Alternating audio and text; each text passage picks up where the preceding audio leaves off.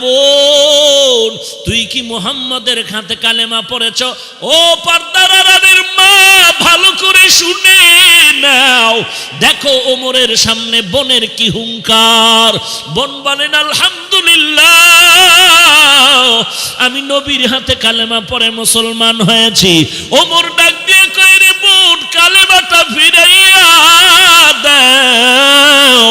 বোন ডাক দিয়ে কয়, ভাই, আমি এমার্জেন্সি অসুস্থ রোগী, হঠাৎ আমি দামি ঔষধ খাইলাম, ঔষধ আমার শরীরের শিরা উপশিরায় গিয়ে মিশে গেছে, আমি ছিলাম জাহান্নামের আসামি, আল্লাহর নবীর কালেমার ঔষধ আমি সেবন করেছি, এখন আমার ওই কালেমা শরীরের সব জায়গায় মিশ্রিত হয়ে আছে, তুমি যদি এখন কালেমা ফিরায় চাও দেওয়া যাবে না, বিনিময়ে তুমি আমার হাত কাটো, পা কাটো, বাধা নাই, কালেমা ফিরায় দেওয়া যাবে না, কখনো কালেমা ফেরত দেওয়া যাবে না। ওমর নিজেকে কন্ট্রোল করতে না পেরে তরবারিটা বের করে তরবারির উল্টা পিঠ দিয়া বোনের শরীরের উপরে আঘাত, বোনের নরম শরীরের উপরে তরবারির আঘাত পরে রক্ত পড়া শুরু হয়ে গেল। বোন এক পর্যায়ে মাটিতে গড়াগড়ি খায় আর কান্না করে, আর বিনয়ের সাথে বলে, রে ভাই, তুমি জানো এখানে আমার মা নাই, বাবাও নাই, এখানে যদি আমার মা বাবায় থাকতেন একটা আঘাত আমার শরীরে লাগতে দিতেন না। এরে ভাই, তুমি মনের মতো মারতে চাও মারো,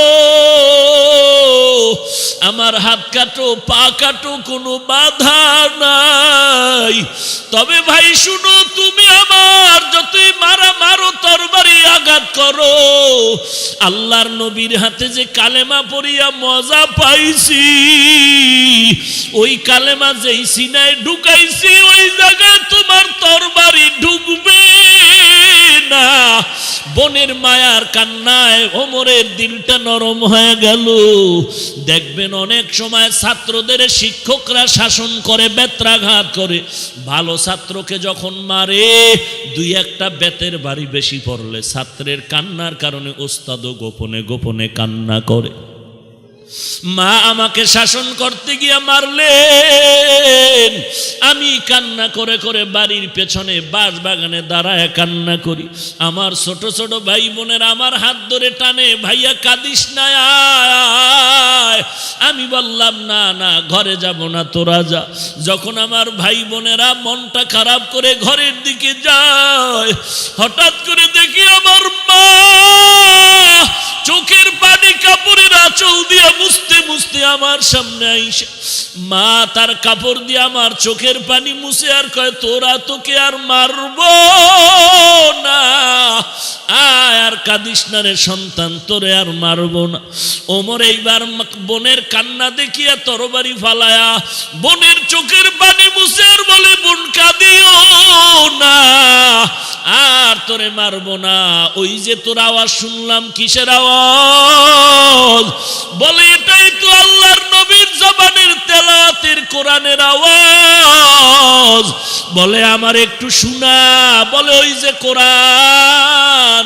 বলে, আমি পড়ব। বলে, আগে গোসল করে পাক হয়ে নাও, তুমি মুশরিক, তুমি না পাক। ওমর পাক হইয়া আল্লাহর কালামটা দরিয়া তেলাওয়াত শুরু করলো। আরবের মানুষ আরবি ভাষা জানে। তাহা মা আনজালনা আলাইকাল কুরআন লিতাশকা। এরে আল্লাহর বান্দা, আল্লাহ তাআলা তার হেদায়েতের জন্য দুইটা আলোর সিস্টেম করেছেন। দুনিয়াতে চলার জন্য যেমন দুইটা আলো লাগে, চোখের আলো, সূর্যের আলো, চাঁদের আলো। চোখের আলো আছে, চাঁদের আলো নাই, চলতে পারে না। চাঁদের আলো আছে, চোখের আলো নাই, সেও চলতে পারে না। আল্লাহর হেদায়েতের জন্য দুইটা আলো লাগবে, নূরুন আলা নূর। একটা তো জন্মগতভাবে আল্লাহ প্রত্যেকটা মানুষের মধ্যে দিয়েছে আল্লাহকে চিনার মতো ক্ষমতা, ঈমানের নূর। আর একটা হলো কোরআনের হেদায়েতের নূর। ওমরের থেকে এতদিন কোরআনের আওয়াজ দূরে ছিল, যখনই কোরআনের আওয়াজ গিয়া অন্তরের মধ্যে ধাক্কা লেগেছে, ওমরের চোখের পানি বের হয়ে গেল।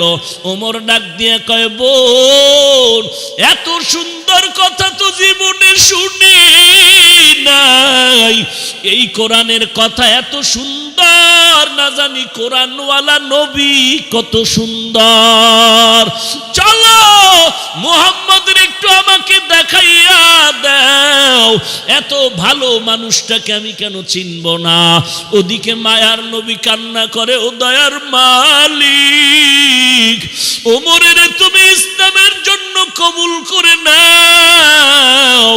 ভগ্নিপতি আর ওমর এবার রওয়ানা হয়ে গেল, আমার নবীর দরবারে হাজির। প্রহরী সাহাবায়ে কেরাম গিয়া কয়, নবী, ইসলামের বড় দুশমন ওমর আসছে, বলেন এখন হত্যা করে ফেলব। নবী বলে, না না, আমার দোয়া কবুল হয়ে গেছে। ওমর এখন আমাকে মারার জন্য আসে নাই, নিজেই মারার জন্য হাজির।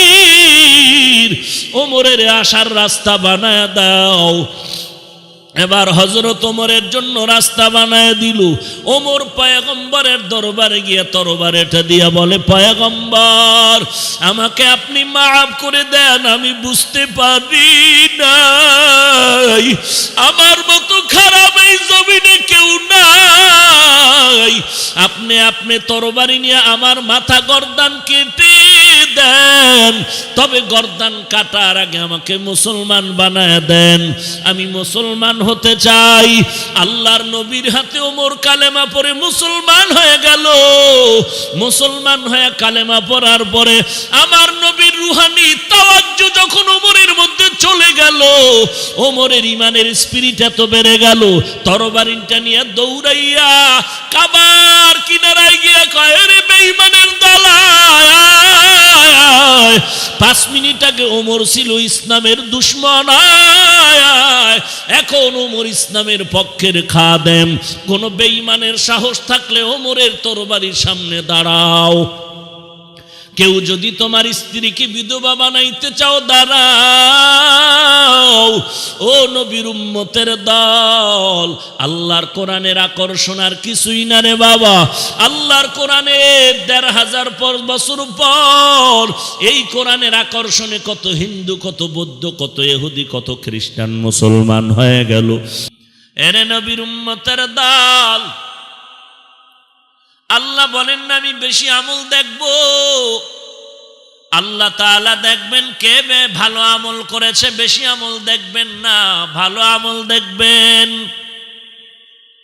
এখন ভালো আমলের জন্য কয়েকটা গুণের কথা পয়গম্বরের সাহাবী মুআয ইবনে জাবাল রাদিয়াল্লাহু তাআলা আনহু লিখেছেন, কয়েকটা গুণ থাকলে প্রমাণ হবে আমলটা ভালো। সব আমল আল্লাহর দরবারে কবুল হবে না, ওই আমল আল্লাহর দরবারে কবুল হবে যে আমলটা ভালো। কোন আমল ভালো বুঝার কি উপায়? পয়গম্বরের সাহাবী মুআয ইবনে জাবাল রাদিয়াল্লাহু তাআলা আনহু লিখেছেন, 4টা গুণ যে আমলের মধ্যে থাকবে সে আমল ভালো। আর যে আমলটা ভালো এটাই কবুল। আর আমল কবুল হওয়া মানে জান্নাতের টিকিট রেডি।